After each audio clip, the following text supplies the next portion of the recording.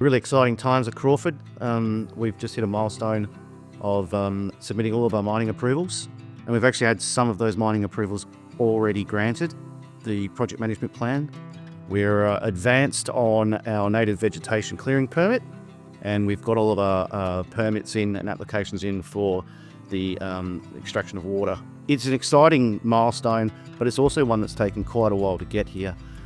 It's not just about filling out some forms and chucking them into the department. You have to do a lot of studies, a lot of reports.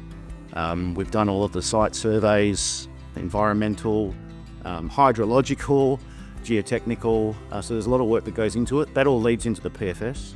Once we get the PFS, we've got an ore reserve, then we could put a pit around stage 1, and then we could do all this work. So it does take some time to get there. We are now there. It's a large milestone, and we're quite excited. So I brought some samples in to actually show you with regards to what we found out at Crawford, or what was found by the prospects out at Crawford. This particular sample is quite rounded, and this one as well, all the edges are rounded. What that means is if it's sharp quartz, it's in situ. If it's found like this, it tends to either be washed downstream or it's being washed. And in this case, it's in a graben, so that's all we think's happening there. These samples are not material per se, but they're significant in that it further builds the story at Crawford. We've focused our drilling around the stage 1 pit. That's 99.8% indicated. It's almost measured drilling widths.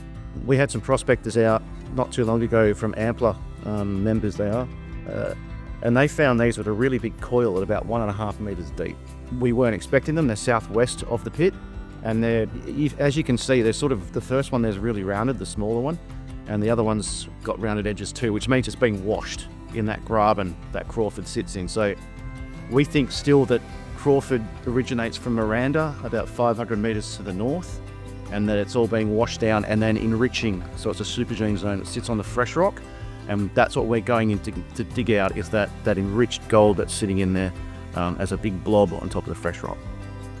Yeah, well, that would be the next port of call, wouldn't it? I mean, what we're looking at right now is going in there and doing some infill drilling in conjunction once we start mining.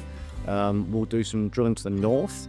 We'll bring a lot of that block model that's currently not domained in the resource into the resource. That means we'll probably have, in all likelihood, a cut back to the north.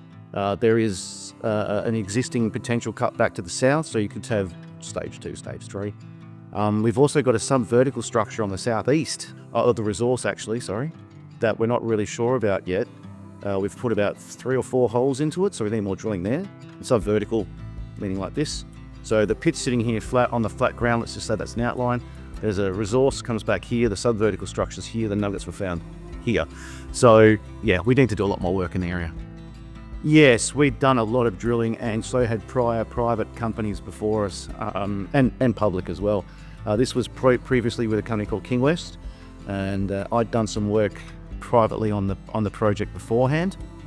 Crawford was going to be my next private gold mine. We had it set up to go somewhere in the area, and unfortunately that company fell over, so we took it to market, and here we are. Yeah, so heap leaching isn't particularly uncommon around the world. In fact, it's large scale in Nevada. We use some of those costs from Nevada and scaled them down. As it turns out, probably not enough. So the CapEx might be even further reduced to that of the PFS, which, by the way, at this stage, we've got a gold price of $4,500 and the PFS was done at $2,900. So we're looking at some great value there. But heap leaching is quite straightforward. We're targeting a whole lot of free dig material. We're going to dig it up, put it on the heap leach pad, which is lined, run cyanide over the top, capture it in carbon, and strip it in Kalgoorlie or Perth. So it's a straightforward process. There's very little crushing. We are looking to bring a crushing circuit in at the back end of stage 1. However, and we might need to now as well for some of those quartz specimens we saw earlier.